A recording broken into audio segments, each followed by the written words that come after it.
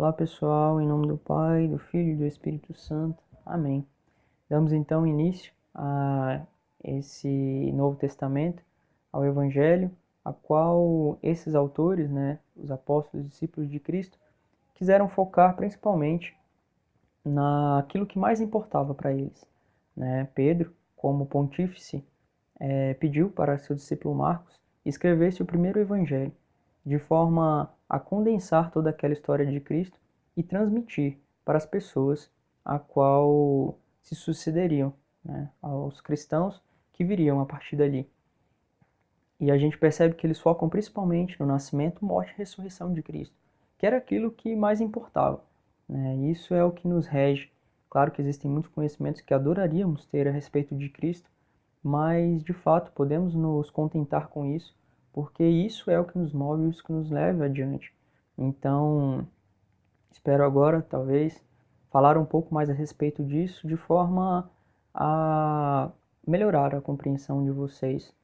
A gente vê que as pessoas que optaram, por fazer essa leitura desde Gênesis vão acabar entendendo um pouco mais de tudo isso que acontece, principalmente nesse contexto de oralidade, de que muitas dessas coisas foram passadas de geração em geração, através das histórias que eram contadas e que meio que compõem a sagrada tradição.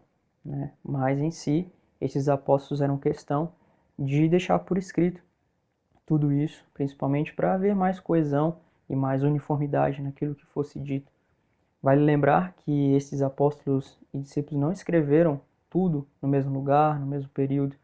Então, é ainda mais bonito, porque para a justiça, quando existem duas testemunhas, muitas vezes é suficiente para se provar um crime, se provar que algo aconteceu. E eis que aqui existem 4 pessoas que falam a respeito desta ressurreição e nos mostra que, de certa forma, há uma veracidade nisto que é dito, e principalmente a gente consegue entender um pouco mais dessa história com as diferentes formas que foram escritas por diferentes pessoas. Então a gente acaba por aproveitar um pouco mais de todo esse conhecimento devido aos diferentes aspectos aos quais foram escritos, a talvez apóstolos que deram mais importância a algum ensinamento ou a outro. Então são de fato livros que nos enriquecem muito. A gente tem, por exemplo, os evangelhos sinóticos, aos quais contam aquela mesma história, e outros que acrescentam um pouco mais nesse contexto histórico. Sendo assim, eu gostaria muito que vocês se aventurassem nessa leitura para abstrair cada vez mais, desse evangelho que nos enriquece, desse Cristo que se revela para nós e que transmite tamanho conhecimento para a nossa salvação.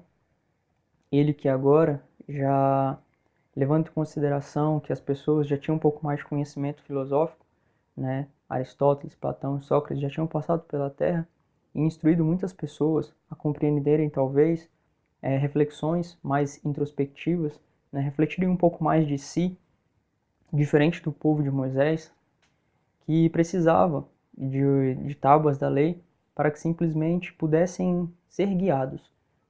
E eis que agora Jesus vem para nos ensinar e fazer com que nós vivamos cada vez mais do coração, que não vivamos essas leis simplesmente pelas leis.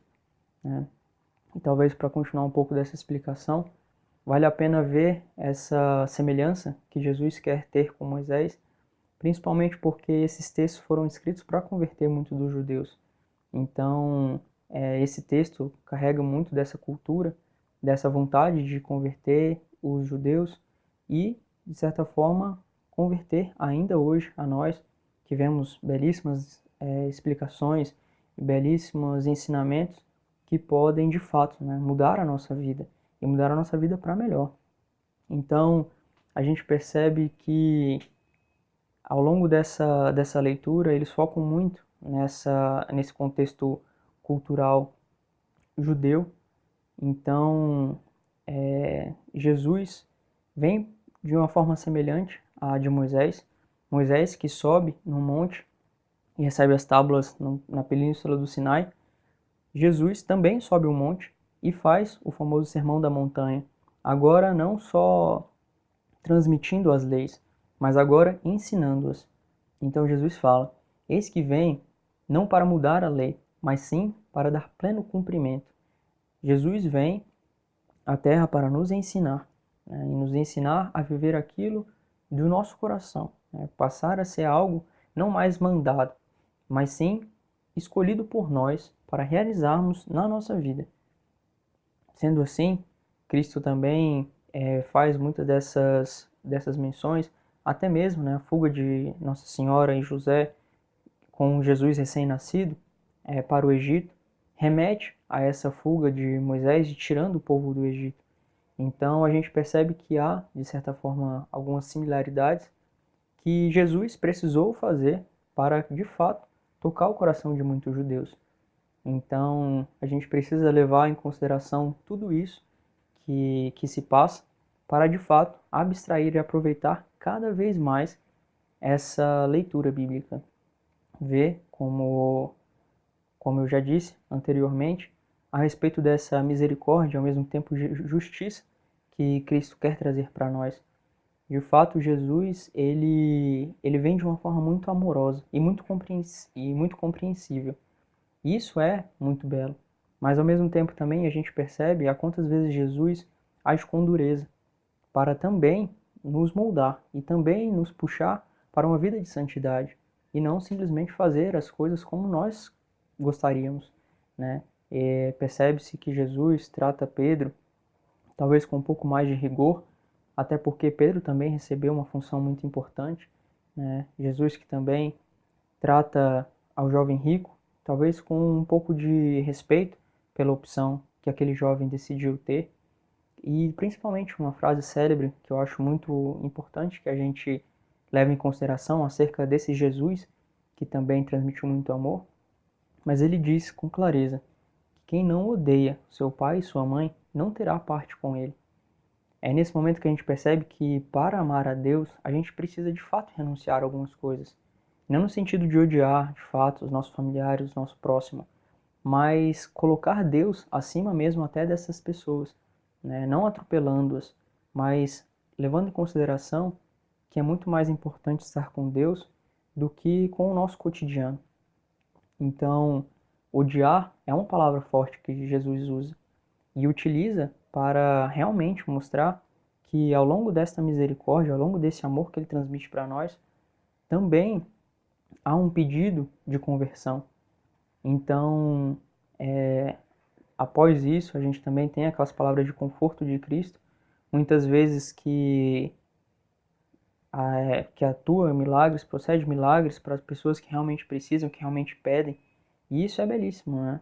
Ele, de fato, veio para nos salvar, veio para transformar o mundo, veio para transformar a vida de cada um de vocês, de forma a torná-la muito melhor. Talvez dar coisas que a gente sequer imagina. Eis o amor de Cristo que nos acolhe, que nos abraça, que faz com que nós, de fato, vemos importância em nos voltarmos para Ele, né? Nos sentirmos acolhidos nos sentirmos amados. Então, espero que vocês, ao longo dessa leitura, possam sentir também um pouco disso e possam, de fato, se entregar a Cristo, sem medo, sem receio, vendo que, de fato, isso é o melhor para nós.